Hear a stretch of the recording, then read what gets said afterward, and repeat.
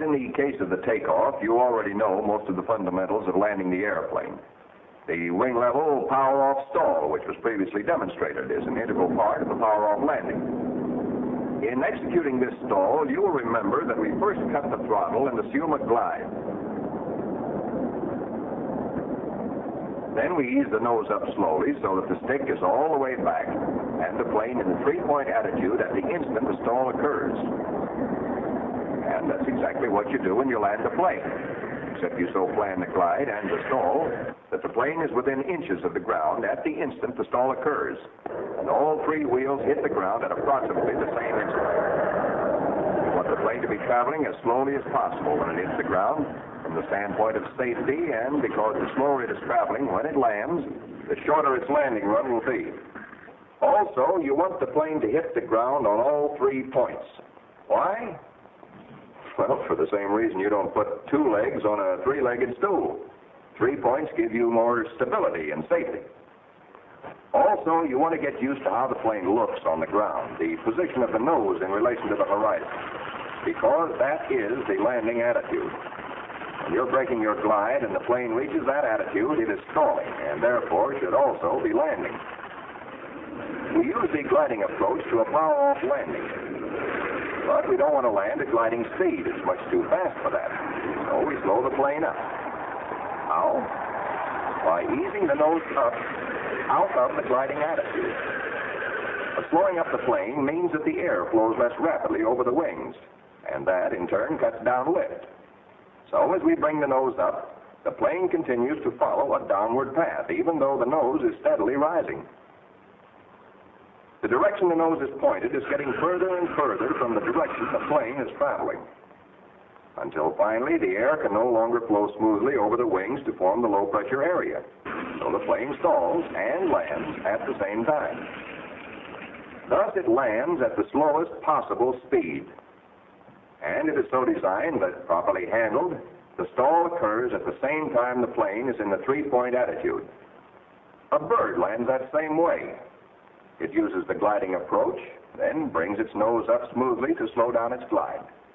Finally, it settles to a landing at the same instant its wings stall, and thus it lands at the slowest possible speed. Also, a bird lands and takes off into the wind. And so, whenever possible, does an airplane. Supposing we're using this field for our landing practice, we must first determine the direction of the wind. Some fields have a wind T to indicate the direction the wind is coming from. Some have a tetrahedron. This field, it so happens, has a windsock. So, having determined the direction the wind is coming from, we try to visualize the direction of the wind in relation to the field. Obviously, we can't land directly into the wind unless we have the wind direction well in mind. The power-off approach to a landing begins with the plane headed at right angles to the landing line at an altitude of 500 feet. At about this point, we cut the throttle, assume a glide, and start a turn in toward the field. Also, we trim the plane to help us hold the correct gliding attitude and speed. As we approach the new heading, we start to roll out of the turn so that when the wings are level, we are headed directly into the wind. With our heading established, we must now keep the plane absolutely straight.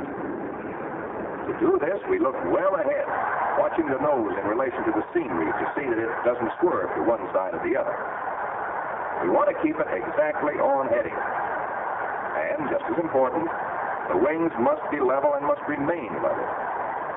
Try to see the whole picture, your wings and your nose, in relation to all the scenery within your range of vision and in relation to the horizon.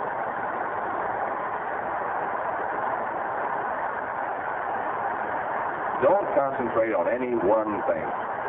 Divide your attention and see everything at once. Now, somewhere along here, we begin to ease the nose up, breaking the glide and slowing down the speed of the plane. As the nose eases up gradually, you can hear the plane getting slower. There's less pressure on the controls. It continues to slow down and settle so that it stalls in the 3-point attitude with the stick all the way back just a few inches off the ground. One of the common mistakes made by beginning students is handling the plane too roughly. For example, the glide must be broken gradually and the nose eased up slowly. If you pull the nose up too fast, the result is a ballooning effect. Watch. Instead of continuing to settle, the plane actually pulls away from the ground. Not only does ballooning foul up your landing, but it also involves the risk of stalling the plane too high above the ground and bouncing you hard, or making it necessary for the instructor to take over to prevent an accident. But poorly controlled gliding speed can also cause you to balloon. We'll demonstrate. You can tell by the way this glide looks and sounds. We are in just about the right gliding attitude. The steady sound of the wind and the rigging remains at the same pitch, so you know your speed is constant. Now let's let the nose wander down too low for the correct gliding attitude. The hum of the wind goes into higher pitch. You can tell we're picking up speed. Listen. Now, when we get ready to break our glide, even though we pull the nose up very slowly, the plane balloons. Instead of settling, it pulls up away from the ground. However, if you recognize the fact that you have too much speed, you can often land the airplane anyway, providing you have enough landing room. Instead of bringing the nose up into the three-point attitude, you merely ease it up into the level flight attitude, leveling off within a foot or two of the ground. Then you allow the plane to float until it loses its excess speed and you can land it. Once you level off and begin to lose speed, the plane will want to drop so the front wheels hit the ground. But you hold the plane off by gradually easing the nose up toward the three-point attitude. You continue slowly easing the nose up so the plane is in the three-point attitude with the stick all the way back at the moment the plane stalls and lands. But floating on a landing is merely a correction to get rid of excess speed, which you probably should never have acquired in the first place. The ideal landing is the landing you make out of a glide. There is no leveling off. The nose is pulled up steadily, smoothly, and continuously. There is no float, no ballooning. We mentioned a moment ago the importance of keeping the plane absolutely straight into the wind. Aside from the danger of collision with other planes, if the wind is of any strength, here's what may happen when you allow the plane to swerve off the wind line. Also, we emphasize the importance of keeping the wings level. Many students show a tendency to drop one wing or the other as they bring the nose up in breaking their glide. Like this.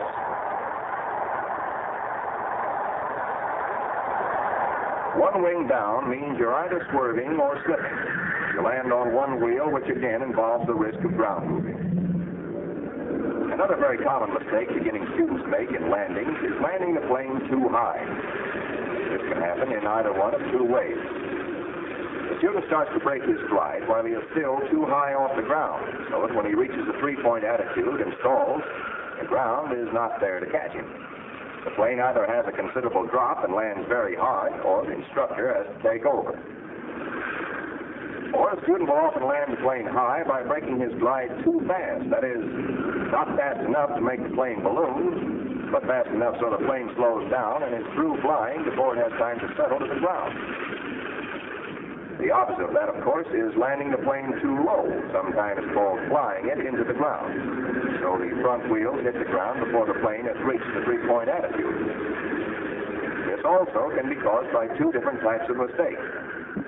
Either by breaking the glide too late, so there isn't time to bring the nose up into the three-point attitude before the wheels hit the ground, or even though the student starts breaking his glide early enough, he may still make the mistake of flying the plane into the ground by bringing his nose up so slowly that the wheels hit the ground before the plane has reached the three-point attitude. Some students get the idea that there is a specific point or altitude at which they must always break their glide. But this is not the case. There is quite a space in the lower part of your gliding approach during which the glide may be broken. Within limits, it is not so much a case of where you break your glide as how fast you break it. For example, if you start to break your glide high, but bring the nose up slowly enough, continuously coordinating attitude with altitude, you can make a good landing despite the fact that you started to break your glide high. If If, on the other hand, you start to break the glide low, but bring the nose up rapidly, although not so fast as to make the plane balloon, you can again make a good landing despite the fact that you started to break the glide low. Landing the plane is strictly a matter of sight, sound, and pressures. You have to feel it in. You have to train your senses so that you know exactly how far you've progressed toward the stall so that you'll know just when to land the plane. In order to know these things, you must be relaxed but alert. If you're all tensed up, you can't feel what the airplane wants to do. It's perfectly natural that you may tend to tense up on your first few landings. But the sooner you can counteract that tendency, the sooner you'll be able to land the airplane and take it off successfully. And whatever you do, avoid the mistake of our friend McDribble, who believes that the landing is completed once he has the plane on the ground. Good.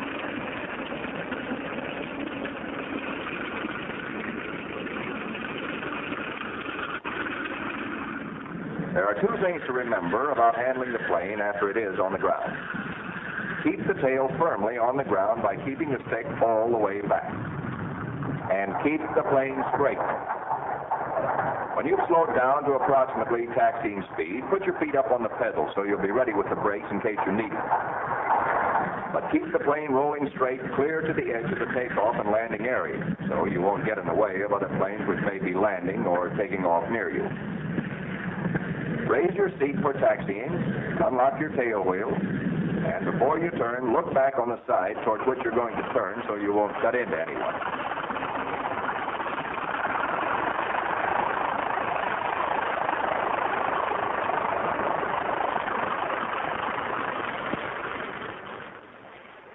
We've shown you the elements that go to make up a landing. These elements are very much like the pieces of a jigsaw puzzle. You have to get them all together before you can make good landings. There'll probably be times during your early training when you'll wonder if you'll ever learn to land the plane. Then, suddenly one day, you'll get all the pieces together as they should be, and you'll make a good landing. And then another, and you'll have it. But whatever you do to make landings and all flying easier for you right from the start, try to make full use of your eyes, your ears, the pressures the controls give back to your hands and feet, and the pressures on the seat of your pants.